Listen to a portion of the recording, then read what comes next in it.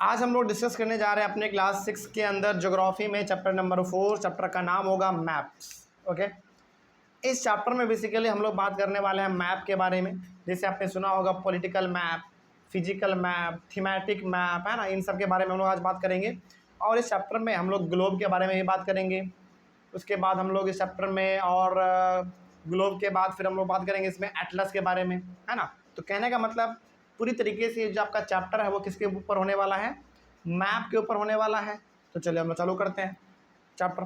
तो मैप का सिंपल सा मतलब आपको दिखता है कुछ जो एक पेपर के रूप में होता है, जो हमारा कंट्री या तो कॉन्टिनेंट या फिर जो वर्ल्ड पूरा आपका उसमें रिप्रेजेंट क्या रहता है वही हमारा कहलाता है मैप। ठीक है, चलो चालू करते हैं। एनसीईआरटी के अकॉर्डिंग चल रहे हैं तो इसमें सबसे पहला टॉपिक हमारा है ग्लोब। तो सबसे पहले हम लोग ये जानते हैं कि आखिर हमारा ग्लोब होता क्या है। और ये ग्लोब ना ऐसा नहीं है कि जो कि आप पहली बार सुन रहे हैं, आपने कई बार ग्लोब देखा भी होगा। बेसिकली क्या होता है, वर्ल्ड मैप होता है। बस वर्ल्ड मैप को एक बॉल के ऊपर क्या कर दिया जाता है, पूरी तरीके से चिपका दिया जाता है और वो हो गया हमारा ग्लोब। सिंपल सा है ना। और ग्लोब से बचपन में हम लोग बहुत खेलते थे अपने स्कूलों में, बड़ा अच्छा लगता था। तो ग्लोब के बारे में ही हम लोग पहले बात करेंगे। ग्लोब का ना देखो, ग्लोब का सबसे अच्छा बात यह है कि उसमें सब चीज़ ठीक ठाक दिख जाता है, ठीक है। लेकिन ग्लोब का ना ड्रॉबैक बहुत सारा है। ड्रॉबैक मतलब क्या हो गया, खराबी, या फिर आप लिमिटेशन बोल लो, जो ही बोल लो। देखो डीमेरिट बोलो, लिमिटेशन बोलो या ड्रॉबैक बोलो, सबका मतलब क्या होता है, सेम होता है। तो ग्लोब के साथ कुछ ना कुछ समस्या है। क्या समस्या है ग्लोब के साथ? सबसे पहला समस्या ग्लोब के साथ ये है कि दे आर बल्की। सही बात है भाई, बल्की का मतलब क्या हो गया, थोड़ा सा बड़ा होता है ये, मतलब ग्लोब बड़ा होता है, इसको आप पॉकेट में लेके नहीं चल सकते हैं।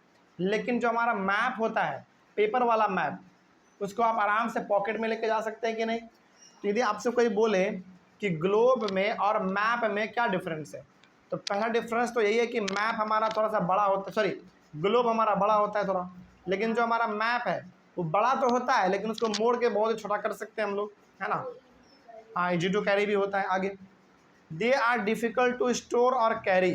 ग्लोब को कैरी करना थोड़ा सा डिफिकल्ट होता है। क्यों होता है? क्योंकि बड़ा होता है वो, तो स्पेस ज़्यादा छेकता है वो। लेकिन जहाँ वहीं पे हम लोग बात करें मैप का, तो मैप कितना भी बड़ा हो उसको समेट के हम लोग छोटा कर सकते हैं, है ना। तो ये सब जो बता रहे हैं ये सब क्या है, ग्लोब का लिमिटेशन है या फिर ड्रॉबैक है, डीमेरिट है, जो भी आप बोल लो। तो पहला तो लिमिटेशन ये है कि बड़ा होता है। दूसरा ये है कि इसको कैरी करना बड़ा डिफिकल्ट होता है क्योंकि साइज इसका बड़ा होता है। तीसरा है कि they can not have details of places, environment, vegetation etcetera. क्या आपने कभी भी ग्लोब में ये देखा है कि कौन सा जगह उबड़ा खाबड़ा है, कौन सी जगह पे पहाड़ ज़्यादा है, कौन से जगह पे बरसात ज़्यादा होता है, कौन से जगह पे हरा भरा इलाका ज़्यादा है? क्या आपने ये ग्लोब में कभी देखा है? नहीं।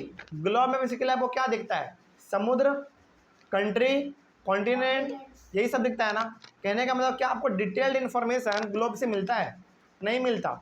यदि आपको डिटेल्ड इन्फॉर्मेशन चाहिए कि कौन सा जगह पे बरसात ज़्यादा होता है, कौन सी जगह पे, हाँ सिटी वगैरह कौन सा कहाँ पे है, तो ये सब आपको पता चलेगा कहाँ पे, मैप में ही पता चल सकता है, ग्लोब में पता ये नहीं चल सकता, ठीक ना। आगे, they are useful only to study the earth as a whole. देखो ग्लोब यदि आप इस्तेमाल करते हैं तो ये केवल और केवल आपके लिए अच्छा तब है जब आप केवल इसको पढ़ने के पर्पज से इस्तेमाल करते हैं। लेकिन आप चाहेंगे कि ग्लोब के ऊपर हम रिसर्च करेंगे और पता करेंगे कि कौन सा जगह कहाँ पे है, कहाँ पे बरसात ज़्यादा होता है, कहाँ पे बरसात कम होता है, तो क्या ये आप पता कर पाएंगे ग्लोब के ऊपर? नहीं पता कर पाएंगे। लेकिन ग्लोब केवल कब के लिए अच्छा है, स्टडी के पर्पज़ के लिए। नहीं कि आपको केवल यदि पढ़ाई करना हो और जानना हो कि कौन सा जगह कहाँ पे है, कंट्री कहाँ पे है, कौन सा कॉन्टिनेंट किधर है, कौन सा सी किधर है, कौन सा ओशन किधर है, इसके लिए ग्लोब बेस्ट है। लेकिन यदि आपको डिटेल इन्फॉर्मेशन चाहिए तो फिर आपको मैप के ऊपर स्विच करना पड़ेगा। तो क्या हो गया हमारा ग्लोब का लिमिटेशन? ग्लोब का लिमिटेशन पहला हो गया कि ये बहुत ही बड़ा होता है, इसको कैरी करना आसान होता नहीं है। तीसरा हो गया कि इसमें आप एक्यूरेट प्लेस, इन्वायरमेंट, वेजिटेशन मतलब हरा भरा एरिया कहाँ पे क्या है नहीं है, इसका आप पता इसमें नहीं लगा पाएंगे अच्छी तरीके से। और चौथा आपने इसमें ये देखा कि केवल यूजफुल कब है, जब आप केवल इसको पढ़ने के लिए इस्तेमाल करते हैं। लेकिन यदि आप इसको रिसर्च के लिए इस्तेमाल करेंगे तो कभी भी आपके लिए लाभदायक नहीं हो पाएगा। तो ये हमारा था ग्लोब के बारे में इसका लिमिटेशन। अगला है मैप के बारे में। चलिए अब हम लोग थोड़ा सा बात कर लेते हैं मैप के बारे में। मैप क्या है? देखो a map is a representation और अ drawing of the earth's surface or a part of it drawn on a flat surface according to a scale। Map क्या है बेसिकली बताओ। मैप कुछ नहीं है, बेसिकली जो हमारी धरती है ना उसी को हम लोगों ने छोटे रूप में दिखा दिया है, उसी को हम लोग कहते हैं मैप। जैसे हमारा ये वर्ल्ड तो बहुत बड़ा है, वर्ल्ड छोड़ो, ये जो हमारा बेसिकली पृथ्वी है ये बहुत बड़ा है, लेकिन इसी बड़े पृथ्वी को हम लोगों ने क्या कर दिया, इसका ड्राइंग हमने बना दिया छोटा सा रूप में, और उसी ड्राइंग को हम लोगों ने क्या नाम दे दिया, मैप दे दिया। यानी कि कौन सी जगह पे क्या है, कौन सा शहर कहाँ है, कौन सा नदी कहाँ है, कौन सा समुद्र कहाँ है, ये सब का सब ड्राइंग हम लोगों ने बना के दिखा दिया और वही हमारा कहला गया मैप। सिंपल। अच्छा, जैसे ना आप कभी भी किसी बड़े जू में जाओ या फिर आप कभी जंगल में घूमने के लिए जाओ तो वहाँ का अपना एक मैप होता है ना। जैसे आप कभी भी पटना जू में गए होंगे तो आपने देखा होगा कि जैसे आप एंटर करते हैं वहीं पे पटना जू का पूरा एक मैप बना हुआ है। आपने कभी गौर किया है, दीवार में बना हुआ है ना। वो मैप क्या बताता है आपको, वो मैप ये बताता है कि कौन सा जगह जू के अंदर कहाँ पे है। उससे क्या होता है, आपको एक फेयर आइडिया मिल जाता है कि कहाँ कहाँ हमको जाना है और किस किस रास्ते से होके जाना है ना। उसी प्रकार से जब पटना के इको पार्क में जाएंगे तो गेट के ही आगे आपको पूरे इको पार्क का एक पूरा मैप दिया हुआ है, सैटेलाइट वाला मैप। आपने देखा होगा इस चीज़ को। वो क्यों दिया हुआ है, ये इसलिए दिया है ताकि आप उसको इजीली जान सके कि कौन सा जगह कहाँ पे है। ठीक है, तो कोई अभी आपसे पूछे कि बताओ मैप क्या है, तो मैप सिंपली आप बताइएगा कि धरती का जो ऊपर वाला सरफेस है, यानी कि धरती का जो ऊपर वाला हिस्सा है उसी का क्या है, वो ड्राइंग है, उसी को हम लोगों ने क्या नाम दे दिया, मैप दे दिया। सिंपल। आगे, maps are easy to handle, easy to store and it have large amount of details. Map क्या होता है, इसको हैंडल करना बड़ा सिंपल होता है, यानी कि आप इसको पॉकेट में भी भर के कहीं भी लेके जा सकते हैं। हैंडल करना इजी होता है, इसको स्टोर करना इजी होता है, मतलब कहीं भी आप इसको रख सकते हैं, है ना। छोटे से जगह में भी आप इसको मोड़ मार के रख सकते हैं। और सबसे बड़ी बात, इसमें बहुत ही ज़्यादा डिटेल्ड इन्फॉर्मेशन होता है। बात समझ में आ रही है। जैसे आपके सामने यहाँ पे लगा हुआ है एक इंडिया का मैप और आपके सामने लगा हुआ है एक वर्ल्ड मैप, तो क्या वर्ल्ड मैप को देखकर आप इंडिया के बारे में डिटेल्ड इन्फॉर्मेशन पता कर पा रहे हैं क्या? नहीं, क्यों नहीं, क्योंकि बहुत छोटा दिख रहा है। लेकिन यदि आप इंडिया के मैप को केवल देखेंगे तो इसमें आपको पता चलेगा कि तो डिटेल इन्फॉर्मेशन दे रहा है कि नहीं। तो जो मैप होता है वो डिटेल इन्फॉर्मेशन आपको देने का काम करता है। ठीक है ना। आगे, maps are drawings which reduce the entire world and fit it on a sheet of paper. तो बताओ मैप बेसिकली है क्या? मैप एक ड्राइंग ही तो है ना। किसका ड्राइंग है? धरती के सरफेस का ड्राइंग है, यानी कि धरती के ऊपर कहाँ पे पानी है, कौन सा जगह कहाँ पे, कौन सा कंट्री कहाँ पे, कौन सा कॉन्टिनेंट कहाँ पे है, इसका ड्राइंग ही तो है कि नहीं। क्या ड्राइंग के अलावा कुछ है? नहीं, ड्राइंग ही है। लेकिन अब सवाल ये है कि हमारा धरती तो बहुत बड़ा है, तो क्या इतना बड़ा मैप बनाएंगे? नहीं, इतने बड़े चीज़ों को हम लोगों ने क्या कर दिया, बहुत ही छोटा छोटा ड्राइंग बना के हमने रिप्रेजेंट कर दिया और वही हमारा कहला गया मैप। सिंपल सा बात है ना। जैसे मान लीजिए यदि आपको टीचर बोलती हैं एक ट्री का डायग्राम बनाओ, यानी कि ट्री का एक पिक्चर बनाओ, तो क्या जितना बड़ा ट्री होता है उतना बड़ा हम लोग बनाते हैं? उतना बड़ा पेपर होता है क्या हमारा? नहीं। तो बेसिकली उसी पेड़ का डायग्राम हम लोग छोटा सा बनाते हैं ताकि हम लोग आराम से उसको देख भी पाएँ और हमारा पेज भी बच जाए, है कि नहीं। तो बेसिकली बताओ हमारा मैप क्या हुआ, फिर एक ड्राइंग तो हुआ। ठीक है, चल आगे बढ़ते हैं। There are different types of maps. अब हमारे पास अलग अलग प्रकार के मैप हैं। चलिए थोड़ा सा उसके बारे में भी जान लेते हैं, हमारे पास कौन कौन सा मैप है। सबसे पहला इसमें मैप है फिजिकल मैप, है ना। और ये आप याद रख लीजिएगा कि फिजिकल मैप क्या होता है, पॉलिटिकल मैप क्या होता है और थीमेटिक मैप क्या होता है। क्योंकि जब भी हम लोग स्टेशनरी के दुकान में जाते हैं बड़ा कन्फ्यूज होते हैं कि थीमेटिक मैप कौन सा है और पॉलिटिकल मैप कौन सा है और फिजिकल मैप कौन सा है, तो इसमें आपको कन्फ्यूजन बहुत होता है। तो यहाँ पे आज आप समझ लीजिए कि हमारा बेसिकली ये मैप कैसा कौन सा होता है। सबसे पहले हम लोग बात करेंगे फिजिकल मैप के बारे में। Maps showing natural features of the earth such as mountains, plateaus, plains, rivers, ocean etcetera are called physical और रिलीफ मैप। देखो फिजिकल मैप को हम लोग रिलीफ मैप के नाम से भी जानते हैं। तो जिस मैप के ऊपर आपको माउंटेन दिख जाए, प्लेट्यू दिख जाए, प्लेन दिख जाए, बड़े बड़े नदी दिख जाए, बड़े बड़े समुद्र दिख जाए, उस प्रकार के मैप को हम लोग बोलते हैं फिजिकल मैप। कोई डाउट इसमें?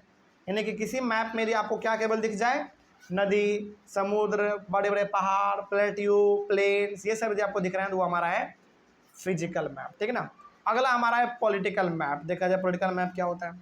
Maps showing cities, towns, villages and different countries and states of the world with their boundaries are called political maps। एक ऐसा मैप जिसके ऊपर आपको अलग अलग कंट्री भी दिखते हैं, अलग अलग स्टेट भी दिखते हैं और अलग अलग कॉन्टिनेंट भी दिखते हैं, तो उन मैप को हम लोग क्या कह देंगे, पॉलिटिकल मैप कह देंगे। अच्छा, क्या पॉलिटिकल मैप में आपको एक कंट्री का दूसरे कंट्री के साथ जो बॉर्डर शेयर होता है क्या वो दिखता है आपको?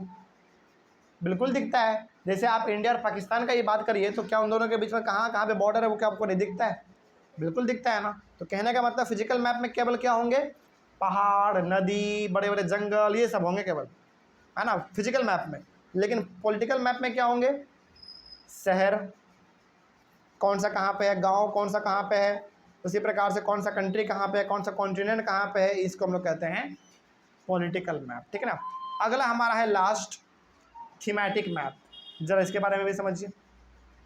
Map showing some specific information such as road maps, rainfall maps, forest maps, industries maps etcetera are known as thematic map. Thematic map का मतलब होता है कि जब आप किसी एक पर्टिकुलर चीज़ के बारे में बता रहे होते हैं तो वही हो गया हमारा थीमेटिक मैप। जैसे इमेजिन करिए, एग्जांपल के तौर पे सपोज इमेजिन करिए कि हमारा जो पटना है ना, पटना में पटना जू आपको दिखता है, तो पटना जू का जो मैप होगा उस मैप में क्या बात किया गया होगा कि कौन सा जानवर का पिंजड़ा कहाँ पे है, इसी के बारे में बात किया होगा, तो वो हमारा क्या कहलाएगा, थीमेटिक मैप कहलाएगा। सिंपल। देखिए 3 प्रकार के मैप है। सिंपल, आपका फिजिकल मैप में क्या क्या दिखाएगा आपको, पहाड़, प्लेट्यू, प्लेन्स, रिवर, ओशन, ये सब दिखाएगा फिजिकल मैप में। पॉलिटिकल मैप में क्या दिखाएगा, country, continent, city, town, village, ये सब दिखाएगा आपको पॉलिटिकल मैप में। लेकिन थीमेटिक मैप में क्या दिखाएगा, किसी एक पर्टिकुलर चीज़ के बारे में दिखाएगा।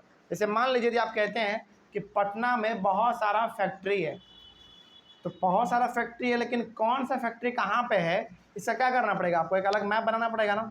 तो उस स्पेशल प्रकार के मैप को हम लोग क्या नाम दे देते हैं, थीमेटिक मैप नाम देते हैं। जैसे एग्जांपल के तौर पे पटना में कोचिंग बहुत सारे हैं, लेकिन कौन सा कोचिंग कहाँ पे है, यदि इसका एक स्पेशल मैप तैयार किया जाए तो वो हमारा कहलाएगा थीमेटिक मैप। तो हाँ बोलो। हाँ बिल्कुल, हाँ बिल्कुल। तो थीमेटिक मैप का मतलब होता है जब आप किसी एक पर्टिकुलर चीज़ के बारे में पता करते हैं तो ये हमारा हो जाता है थीमेटिक मैप। ठीक है ना। यदि आप जैसे किसी आप खास जंगल के बारे में जान रहे हैं, या फिर आप किसी इंडस्ट्री के बारे में जान रहे हैं, या फिर किसी जगह पे बरसात बहुत होता है उसके बारे में आप जान रहे हैं, तो ये हमारा हो गया थीमेटिक मैप। हाँ पूछो। हाँ बिल्कुल, थीमेटिक मैप भी अलग अलग प्रकार के हैं। जैसे इंडस्ट्री का मैप अलग है, फॉरेस्ट का मैप अलग है, रेनफॉल का मैप अलग है, रोड का मैप अलग है। तो थीमेटिक मैप भी अपना अलग अलग प्रकार के होते हैं, क्योंकि इसमें हर प्रकार के मैप आपके आ जाते हैं, है ना। चलो नेक्स्ट आगे बात किया जाए। अच्छा, अगला तो हमारा नया टॉपिक स्टार्ट हो गया। नया टॉपिक हमारा है components of foods, my mistake, components of maps. अब मैप का क्या क्या कॉम्पोनेंट होता है इसके बारे में हम लोग बात करेंगे। जैसे बेसिकली मैप का 3 कॉम्पोनेंट होता है, पहला डिस्टेंस, डायरेक्शन और सिंबल, जो कि हम लोग अपने अगले क्लास में डिस्कस करेंगे। तब तक के लिए थैंक यू वेरी मच।